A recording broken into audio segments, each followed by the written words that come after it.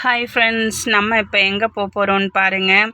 நம்ம திருச்சியில் 8th cross Thillai நகரில் பார்த்திங்கன்னா பார்வதி பவன் சொல்லிட்டு பார்வதி பவன் எல்லா ஏரியா ஊர்லேயுமே இருக்குது. இருந்தாலும் நம்ம திருச்சியில் இந்த தில்லை நகரில் இவ்வளோ சூப்பரான ஒரு சாப்பாடு கிடைக்குமா அப்படின்னா அவ்வளோ அருமையான சாப்பாடு. வாங்க நான் போய் பார்த்துட்டு எப்படி இருக்குது அப்படின்னு பார்த்துட்டு சாப்பிட்டுட்டு உங்களுக்கு சொல்கிறேன். வாங்க போகலாம்.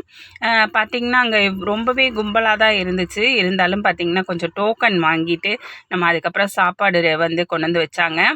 வெறும் 60 ரூபாய் தாங்க. 60 ரூபாயில் இவ்வளோ சூப்பரான டிஃபன் வெரைட்டிஸா அப்படின்னா ஆச்சரியமாக இருந்துச்சு. இது கம்பங்கூழ், இதுலேயே எல்லாமே சர்வ் பண்ணி வச்சுட்டாங்க. கூழ், அதுக்கப்புறம் பார்த்திங்கன்னா பூரி, ஒரு தோசை, கேசரி அண்டு நெய் கேசரி அவ்வளோவே பார்க்க சூப்பராக இருந்துச்சு. பூரி மசாலு, சட்னி வகைகள் 3, அதுக்கப்புறம் பார்த்திங்கன்னா வடை, தோசை எல்லாமே அருமையாக இருந்துச்சு.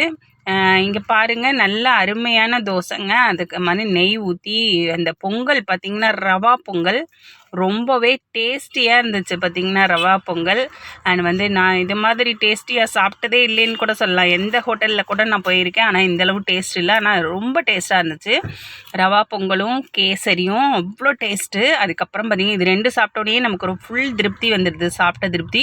கம்பங்கூழ் ஃபஸ்ட்டு எடுத்தோடனே நம்ம சாப்பிட்றோமா, அதனால் ரொம்பவே டேஸ்ட்டாக இருந்துச்சு. அப்புறம் பார்த்திங்கன்னா அந்த மல்லி சட்னி ரொம்ப வேறு லெவலில் இருந்துச்சுங்க. தேங்காய் சட்னி அதை விட வேறு லெவலு. அப்புறம் நான் ஒரு வழியாக எல்லாம் சாப்பிட்டு முடிச்சிட்டேன். உங்களுக்கு இந்த வீடியோ பிடிச்சா சப்ஸ்கிரைப் பண்ணுங்கள். நீங்களும் இந்த ஹோட்டலில் போய் சாப்பிட்டு பாருங்கள். ஓகே ஃப்ரெண்ட்ஸ், பாய்.